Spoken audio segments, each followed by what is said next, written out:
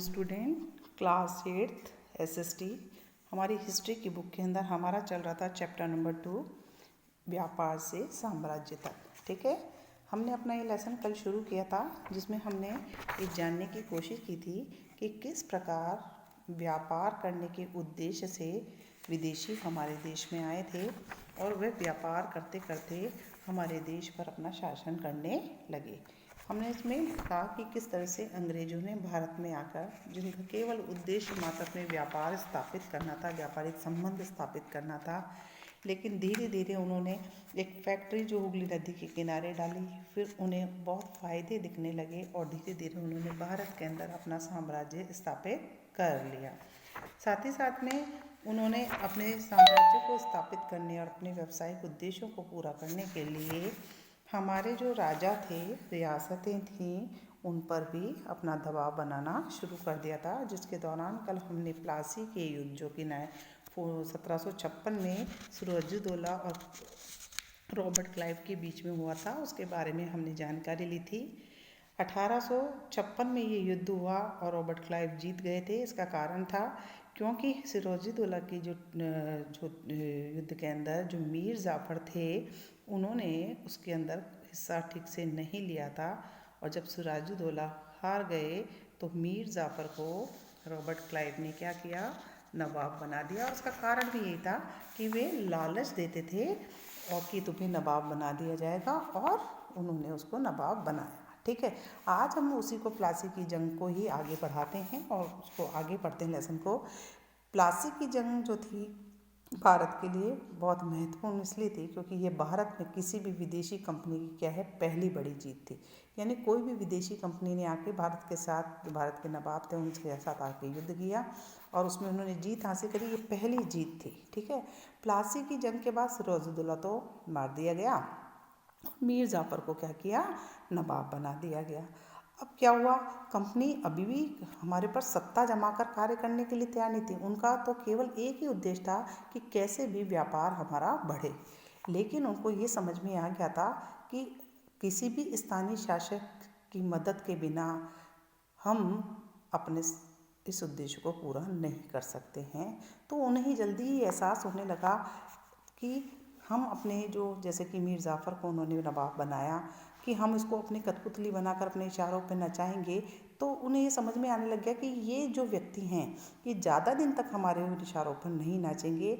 आखिरकार उन्हें भी तो अपनी प्रजा के सामने सम्मान और प्रभुता का दिखावा करना, सभी इज्जत चाहते हैं। तो उनको ये समझ में आने लग गया था कि ये नवाब है, थोड़े दिन तो हमारे कहने से चलेंगे, लेकिन ज़्यादा दिन हम इसको नहीं चला सकते। ऐसी स्थिति में कंपनी क्या करती, तो ब्रिटिश कंपनी ने देखा कि मीर जाफ़र ने कंपनी का क्या किया, थोड़े दिन तो बातें मानी और थोड़े दिन बाद में उसने बात मानना से उनका विरोध करना शुरू कर दिया। तो कंपनी ने फिर चाल चली और मीर जाफ़र को हटाकर मीर कासिम को नवाब बना दिया। अब मीर कासिम भी थोड़े दिन तो मानता रहा, थोड़े दिन बाद में क्या हुआ, वो भी परेशान होने लगा। इस दौरान बक्सर की लड़ाई हुई 1764 में और उसको भी हारना पड़ा। अब मीर जो कासिम था वह हार गया, तो उसको बंगाल से बाहर भेज दिया और मीर जाफ़र जो था उसे पुनः क्या बना दिया, बंगाल का नवाब बना दिया। अब क्या हुआ, जो नवाब था वह हर महीने 5 लाख रुपए कंपनी को चुकाता था। कंपनी अपने इन रुपयों से सैनिक खर्चे निपटा लेती थी, व्यापारिक ज़रूरतें, अन्य खर्चों को पूरा करने के लिए उससे काम चलाती थी। लेकिन उसकी पैसों की चाह बढ़ती गई और कंपनी ने और ज़्यादा इलाके और ज़्यादा कमाई करने की इच्छा जाहेगी। 1765 में मीर जाफ़र की मृत्यु हो गई। तब तक कंपनी के इरादे और भी अधिक बदल गए। देखा उन्होंने कि नवाबों के साथ जो उन्होंने अपने अनुभव देखे कि ये हम उनको उंगलियों पर नचाएं, पर वो उसमें सफल नहीं हो रहे थे, तो उनको ये महसूस होने लगा कि अब नवाब इनको नहीं, इनसे नहीं शासक चलानी है, अब हमको स्वयं को ही नवाब बन जाना चाहिए। और रॉबर्ट क्लाइव ने ऐलान कर दिया कि अब हम खुद ही नवाब बनेंगे। ठीक है, ऐसी स्थिति में 1765 में मुगल साम्राज्य ने कंपनी को ही बंगाल प्रांत का क्या बना दिया, दीवान बना दिया। और दीवानी मिलते ही कंपनी ने बंगाल के विशाल राजस्व, यानी जो इनकम होती थी, उन संसाधनों पर अपना पूरा कंट्रोल, नियंत्रण बना लिया। इस तरह कंपनी की पुरानी समस्या हल हो गई। पैसा कहाँ से आया? वो पैसा तो खुद ही दीवान बन गए हैं, खुद ही अपने रेजिडेंट को नियुक्त करने लग गए, तो पैसा उनके पास ही सारा आने लग गया। ठीक है, अब व्यापार तो बढ़ता जा रहा था, लेकिन भारत की ज़्यादातर चीज़ें ब्रिटेन से लाए गए सोने और चांदी के बदले खरीदनी पड़ती थी। इसकी वजह यह थी कि उस समय ब्रिटेन के पास भारत में बेचने के लिए कोई चीज़ें थी ही नहीं। प्लासी की जंग के बाद ब्रिटेन ने सोने की निकासी कम करने और बंगाल की नवाबी मिलने के बाद तो ब्रिटेन से सोना लाने की उनको ज़रूरत ही नहीं रही, क्योंकि सारी जो कमाई या सारा राजस्व जो भारत में आ रहा था वो अंग्रेज़ों को ही मिलने लग गया। अब क्या हुआ, भारत से जो ये कमाई आमदनी होने लगी उसी के सारे उसने अपने सारे खर्चे चलाने शुरू कर दिया। क्यों? और इस कमाई से क्या करने लगी, भारत के जो वस्त्र थे, सूती वस्त्र, रेशमी कपड़े जो थे, जो बहुत अच्छी क्वालिटी के होते थे, और इंग्लैंड में सूती वस्त्रों की बहुत मांग थी, तो पहले उन्हें पैसा दे के खरीदना पड़ता। अब तो पैसे भी भारत में और माल भी भारत का। यहाँ से सस्ते सस्ते दामों में कपड़े खरीदते थे और इंग्लैंड में ले जाके महंगे दामों में बेच देते थे, और उन्हीं पैसों से अपनी फौजें भी संभाल लेते थे। और कलकत्ते में किले, दफ्तरों का निर्माण, इन सब खर्चों को वो उसी राजस्व से जो आमदनी होती थी उसी से उठाने लग गए थे। अब क्या हुआ, एक बॉक्स और है साइड में, उसको भी पढ़ते हैं। नवाब की शिकायतें। 1733 के अंदर बंगाल के नवाबों ने इंग्लैंड व्यापारियों के बारे में कहा कि जब ये भारत आए थे तो उन्होंने हमसे एक सरकार से विनती की थी कि भाई थोड़ी सी जगह हमको दे दो कि हम फैक्ट्री बना लें। अब जब जगह मिल गई तो उन्होंने उठा के अपना किला खड़ा कर लिया और चारों तरफ गड्ढे बना लिए। दीवारों पर न जाने कितनी तोपें तैनात कर दी। उन्होंने बहुत सारे सौदागर व अन्य लोगों को अपने मातहत रहने के लिए तैयार भी कर लिया। 1 लाख रुपए का राजस्व वसूल करते, असंख्य औरतें और मर्दों को हमेशा गुलाम बनाकर लूट खसोट करते रहते। ये शिकायतें करी 1733 के अंदर बंगाल के नवाब ने। अब क्या हुआ, जब कंपनी ने खुद ही दीवान नियुक्त कर लिया तो कंपनी के अफसर अब क्या बन बैठे, नवाब बन बैठे। चलिए इस कॉलम को हम पढ़ते हैं कि जो कंपनी के अफसर नवाब बन बैठे। नवाब का क्या मतलब होता है? इसका मतलब यही था कि कंपनी के पास अब सारी सत्ता यानी शासन को चलाने की सत्ता और ताकत दोनों थी, लेकिन कुछ और भी फायदे थे कि कंपनी का हर कर्मचारी नवाबों की तरह जीने का ख्वाब। नवाब बहुत बड़ी चीज़ हुआ करती थी, पूरे अधिकार होते थे, सारा राजस्व उसके पास आता था। तो कौन व्यक्ति है जो अच्छी और शान शौकत से और ताकत से जीना नहीं चाहता? तो ऐसी लालसा उनके मन में भी आ गई। प्लासी के युद्ध के बाद बंगाल के असली नवाबों को इस बात को बात कर दिया कि वे कंपनी के अफसरों को क्या करें, निजी तोहफे दें, यानी गिफ्ट भी देने के लिए मजबूर करने लग गए प्लासी के युद्ध के बाद कि आप हमको गिफ्ट दीजिए और गिफ्ट में बहुत सारी ज़मीन और पैसा दीजिए। इवन खुद जो रॉबर्ट क्लाइव थे उसने भारत में अपनी बेतहाशा यानी बहुत सारी दौलत इकट्ठी कर ली। जब वो भारत आया था तो मात्र 18 वर्ष की उम्र का था 1743 में, जब इंग्लैंड से मद्रास आया। और जब 67 में जब वापस गया 2 बार गवर्नर बनने के बाद, तो उसकी दौलत 4,01,000 पाउंड के बराबर हो गई। देखिए कितनी इनकम इसने बढ़ाई अपनी। और गवर्नर के दूसरे काल में भारत के भीतर फैले भ्रष्टाचार को ख़त्म करने का काम उसको सौंपा गया और खुद ही उसमें फंस गया कि वो खुद ही भ्रष्टाचारी है। और 1772 में उस पर आरोप लगाए गए ब्रिटिश सरकार द्वारा, और उसको उस जो भ्रष्टाचार हटाने के लिए अपॉइंट किया गया था, बल्कि उसे ही अपनी सफाई आरोपों की देनी पड़ी, क्योंकि सरकार को उसकी जो बेतहाशा दौलत बढ़ी उसको संदेहास्पद लगने लगी, तो उसको आरोपों से तो बरी कर दिया गया। लेकिन इतनी शर्मिंदगी उठानी पड़ी कि 1774 में उसने क्या की, आत्महत्या ही कर ली।